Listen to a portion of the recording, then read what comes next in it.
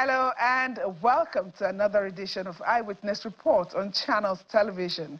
I am Yomi Otaigbi. Eyewitness footage on the effect of an overflowing river on a bridge in Ogberia, Ogang, will be our focus on the show today. Stay tuned as we bring you details of these situations in the affected communities and the need for urgent intervention.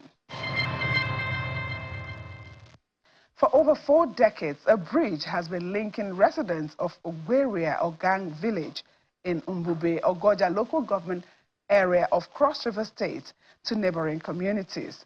Now, fear is mounting that the aging structure may soon give way. In a heartfelt plea, the people are appealing to the government to intervene before their only means of connection is lost. This is the big river of Ogberia. The water have overflowed the bridge. A haunting sight unfolds along the Rivikim River in this eyewitness video. Its water swollen and overflowing. Now, threatening to swallow the connection between Ogberia, Ogang and surrounding villages in Mbube, Ogoja local government area of Cross River State. And the river is still coming up.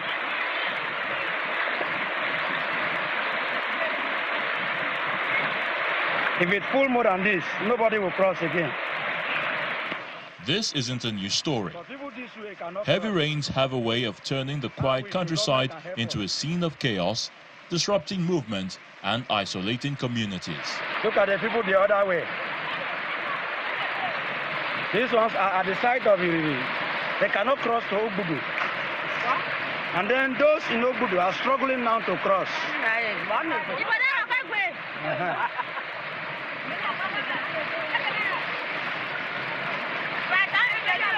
This is the community chairman. He cannot even cross.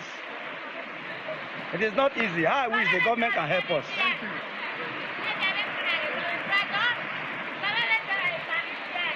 The chair, how do you look at this? It's a devastation issue. You can see the students are I myself can cross. Please call for the government to come and assist us. Ogberia, a vibrant farming community nestled within Cross River's lush rainforest, is celebrated for its abundant crops and rich culture.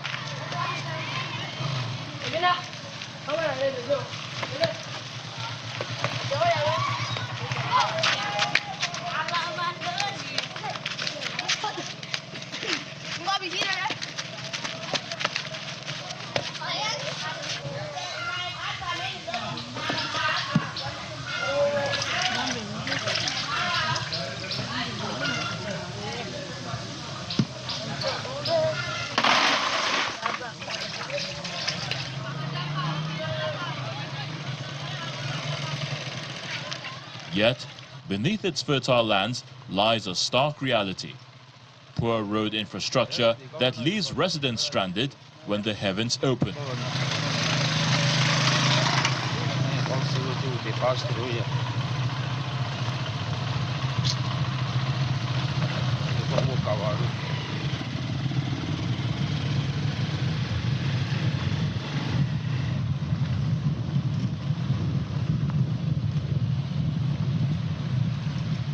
The only access road to the community is not in desirable condition.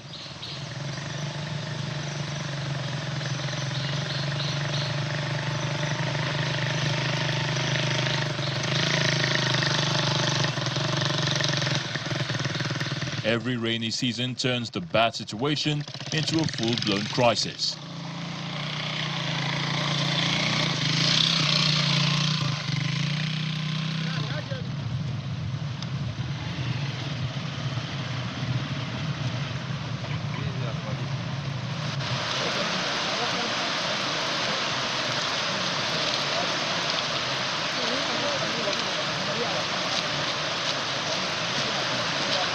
The only access road becomes a deplorable path during the rainy season.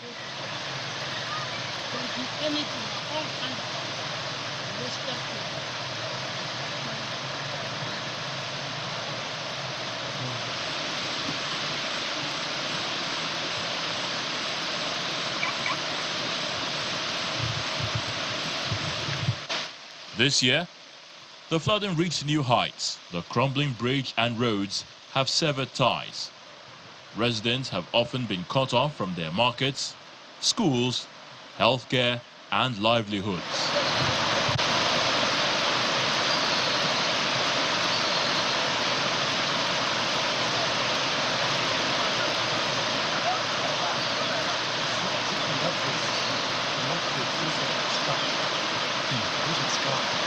All this one is just maintenance. We are seeing it just to maintain it.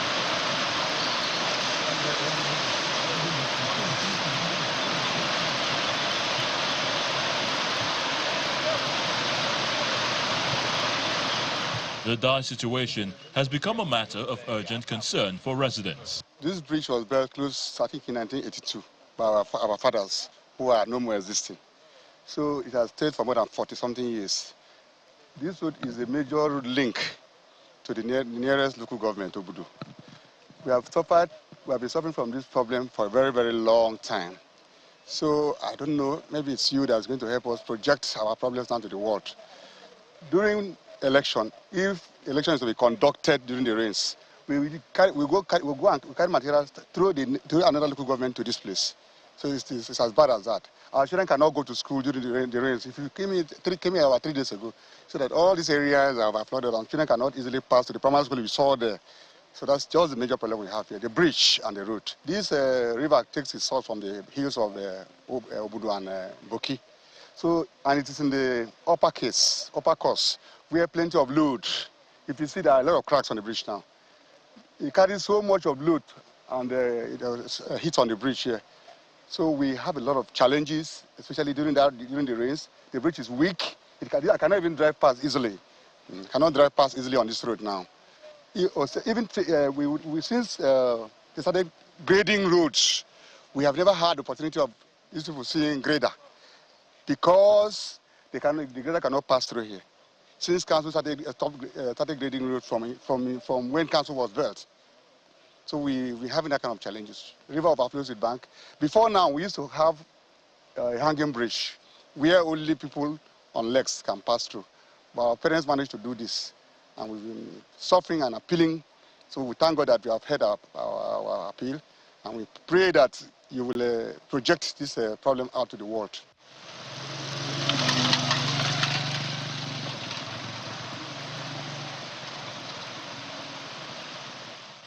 This year that we have heavy rains again, for 3 weeks, nobody was able to see anybody this side. But not for our communications. This handset, we used to, relate information to each other. Pupils don't go to school, students don't go to school. And to grant it all, farmers come through this bridge to their farms. They don't go to the farm. The people this side, as you go the other way, they cross the bridge, the river, the other upper side of it, and farm. They don't go there again. So people don't go to the market. We don't do anything. We are all handicapped in respect to the overflowing of this river. What about the road? The road, I think you have seen it to yourself. Your vehicle remains somewhere about 3 kilometers away from here, or 4. That is the plight of our road. That one is an eyesore by you. The road is terrible. Do you know that? It will interest you to know that we even lost somebody here. Last year, as the water overflowed the banks, 2 persons were swept away. A woman and her child went off. It was 5 days later that we discovered a corpse at the lower course of the river. And what you have seen here, the road, nothing to write home about. How does this make you feel? In fact, it gives us some trauma. It gives us a sense of lack of belonging in the entire scheme of things. What do we have? Even at a time, but not for these drones that come to drop medicines at the health center, people who are sick were stranded. We are looking at this community of Ogberia as a Gaza. The plight of things happening in Palestine today is what we are enjoying here, if I can use the word correctly.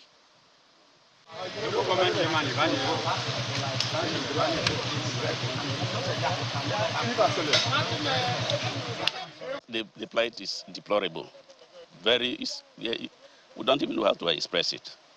Our parents cannot sleep with their two eyes closed because their crops cannot be transported to the market. This is the only linking, road, that they can pass through. If there is rain, if you see the flood over the bridge, you will just weep for us. You weep. We have been living in a terrible situation, very terrible situation. Terrible situation. We are happy that channels have come in to see things for themselves so that our cry can be heard by the government. We have our son who is deputy governor, but as deputy governor, the power does not lie in his hands. But with this, his principal will be aware of our situation. When he takes it to him, I think he will understand exactly what he's talking. The youth who go to school, if there is flood, for weeks they don't cross, they don't go. Because you can't allow your child to come and risk his or her life here. Parents cannot cross. If you have urgent matter, the other way, you cannot go. If the other people have urgent matter here, they cannot cross. This is a major road linking Obudu local government and Ogoja. If this bridge is built, our problem will be over. Yes. Yeah, the fear is that this bridge that is looking so weak now can collapse any moment. Can collapse any moment. It's terrible. We are suffering. This bridge is about 40 years or thereabout. By community effort, we've been crying every day to government. Nothing is happening here. Employment, we are neglected. Job opportunity is not there. Even if it's there, those who are up there get it for their relatives and their children. We don't have anything here. The only thing we need in this community is the road and this bridge. We have talented individuals in this community, the whole Mbube.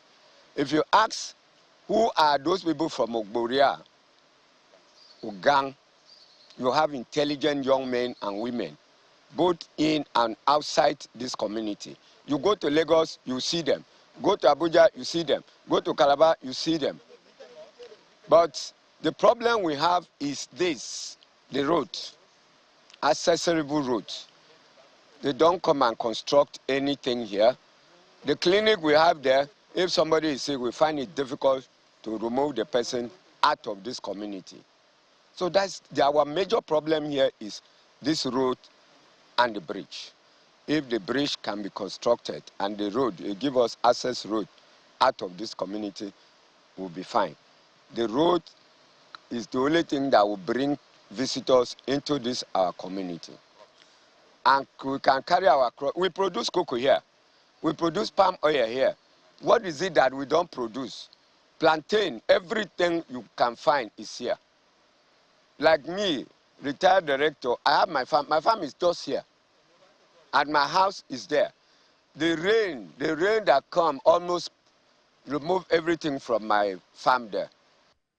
Recently, the Cross River State Governor, Basi Otu, acknowledged the plight of these rural communities and pledged increased efforts to develop critical infrastructure. Yes, we are doing quite a number of roads. In Yako, in Ikom, Ugoja, Yala. Our concentration majorly has been to open up the main arteries that will lead to either where we have products that are quite difficult or adding too much in terms of transportation costs for the vehicles to bring these products out, and where there are major commercial activities. We've started with those, and we are doing quite a lot of them in the central and also in the north. Yes, actually, if you look at the population in all these areas, and the fact that most of them are the food baskets, like in Yache, we had a breach that it was a bit difficult for transports to pass, particularly in this day and age. So we've tried to make sure that we get that road, we get the bridge restored, and we also have opened up major areas. Like I said, we've opened up major areas and some of the arteries. Most of the things you've seen actually on what I would say the urban locations are also replicated in the villages, because we've tried to make sure that we open feeder routes right to where our people will be able to bring out their products or commodities to the markets. And, you know, the rainy season in Cross River State is normally very, very heavy. It's disturbed us a lot. But like we're beginning to have a breakdown, we're going to apply accelerator and make sure that we cover most of the ones that we have on the program. But we are doing quite a lot. While the rainy season lasts, the hope remains that swift action will follow, restoring connectivity, safeguarding livelihoods, and bridging the gap between progress and despair. For Ogberia Ogang and its resilient people, the clarion call is loud and clear, because when communities are connected, so are their dreams.